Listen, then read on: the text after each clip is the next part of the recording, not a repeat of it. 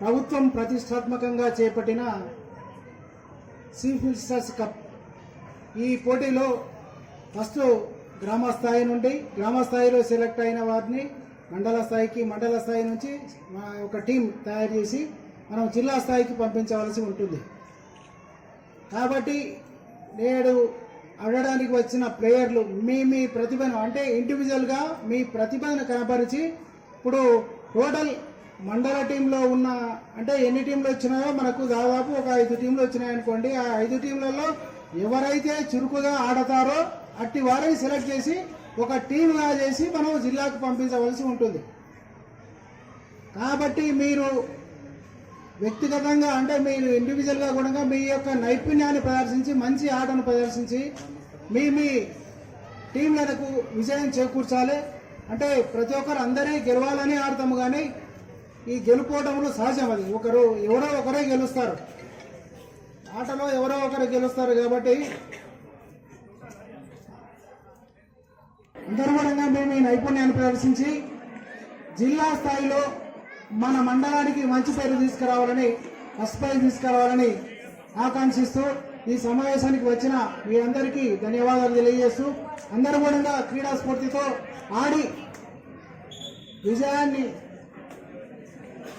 ఆశిస్తూ ముగిస్తున్నాను. ధన్యవాదములు. మహాభాగ్యం అంటారు, అవునా కదా? ఆరోగ్యం ఉండాలా, దాంతోపాటు మనం చేయాల్సింది చేయాలా. ఓకే, ఇప్పుడు ఇక్కడ మండల స్థాయి ప్రోగ్రామ్ అది క్రీడలు జరగడానికి ఏంటంటే మీలో ఉన్నటువంటి నైపుణ్యాన్ని బయటికి తీసి దీన్ని ఏంటంటే జిల్లా వైజ్గా జిల్లాకి సెలెక్ట్ చేయడం, అక్కడ నుంచి దాని తర్వాత రాష్ట్ర స్థాయి నుంచి నేషనల్ స్థాయికి పోయినట్టయితే మీకు జాబ్ లో 2% రిజర్వేషన్ అనేది ఉంటుంది. దాంట్లో గవర్నమెంట్ జాబ్ రావడానికి ఆస్కారం ఉంటుంది. ఇట్లా మీలో నైపుణ్యాన్ని బయటికి తీసి ఆరోగ్యంగా మీరు ఎప్పుడైతే ఈ క్రీడల్లో కొంత టైం కేటాయించి క్రీడల్లో టైంని కేటాయించి మీరు నైపుణ్యం చూపించినట్టయితే మీరు ఉన్నత స్థానానికి పోవడానికి ఆస్కారం ఉంటుంది. కాబట్టి ఈ క్రీడల్లో మీరందరూ కూడా మీరు మండలంలో ఫస్ట్ ప్రైజ్ వచ్చే విధంగా అందరూ కూడా ప్రయత్నం చేసి విజయం అనేది ఒక్కొక్క వస్తుంది. దాన్ని మీరు అందరూ ఒక డిసిప్లిన్ గా ఒక పద్ధతి ప్రకారం ఆడి ఎలాంటి గొడవలు పెట్టుకోకుండా, దయచేసి ఇక్కడ మేము తెలిసిన దానిలో ఎలాంటి అది లేదు, అందరు పీటీ సార్స్ ఉన్నారు, అందరు కూడా పద్ధతి ప్రకారం దాన్ని న్యాయబద్ధంగా చేస్తారు. కాబట్టి మనం ఎలాంటి చిన్న వాటికి పోకుండా పీస్ఫుల్ గా మీరు అందరు చేసుకుంటారని కోరుకుంటూ ఈ అవకాశం ఇచ్చినటువంటి ఎంపీడీ గారికి ధన్యవాదాలు. Thank you so much. అయిపోయినాయి.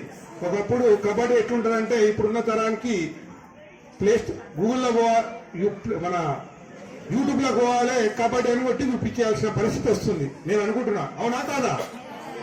ఎస్.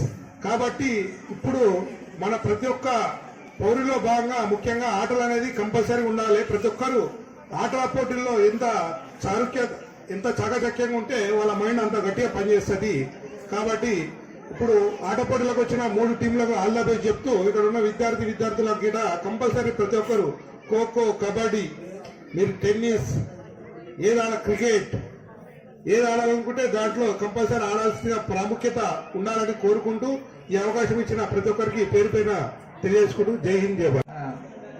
మండల స్థాయి సీఎం కప్ ను మన పాఠశాలలో నిర్వహించుకుంటున్నాం. మరి సార్ చెప్పినట్టుగా ప్రతి గ్రామంలో కూడా యూత్ అనేవాళ్ళు వేరే అంటే వివిధ వ్యసనాలకు పాల్పడకుండా అందరూ కూడా ఆటలకు, విద్యతో పాటు ఆటలకు కూడా ప్రాధాన్యత ఇచ్చినట్టయితే వాళ్ళలో ఉన్నటువంటి ప్రావీణ్యత, వాళ్ళలో ఉన్నటువంటి స్తోమత అంతా కూడా బయటకు వస్తుంది. వాళ్ళ లోపల కూడా మరి ఆటలకు కూడా ప్రాధాన్యత ఇచ్చినట్లయితే ఒక డిసిప్లిన్ అనేటువంటిది వాళ్ళలో కలుగుతుంది. విద్యతో పాటు ఆ యూత్లో కూడా ఒక మంచి క్రమశిక్షణ కలిగి ఉన్నట్లయితే ఆ సమాజం అనేది చాలా బాగుంటుంది, ఆ గ్రామం బాగుంటుంది అనే ఉద్దేశంతో మరి ఈ సీఎం కప్ ఆటల పోటీల కార్యక్రమాన్ని నిర్వహిస్తున్నారు. మరి గ్రామీణ ప్రాంతాల్లో ఉన్నటువంటి యూత్ అంతా కూడా దీన్ని సద్వినియోగం చేసుకొని అన్ని ఆటల్లో పాల్గొని మరి ఈ కార్యక్రమాన్ని విజయవంతం చేయాలని కోరుతూ ముగిస్తుంది.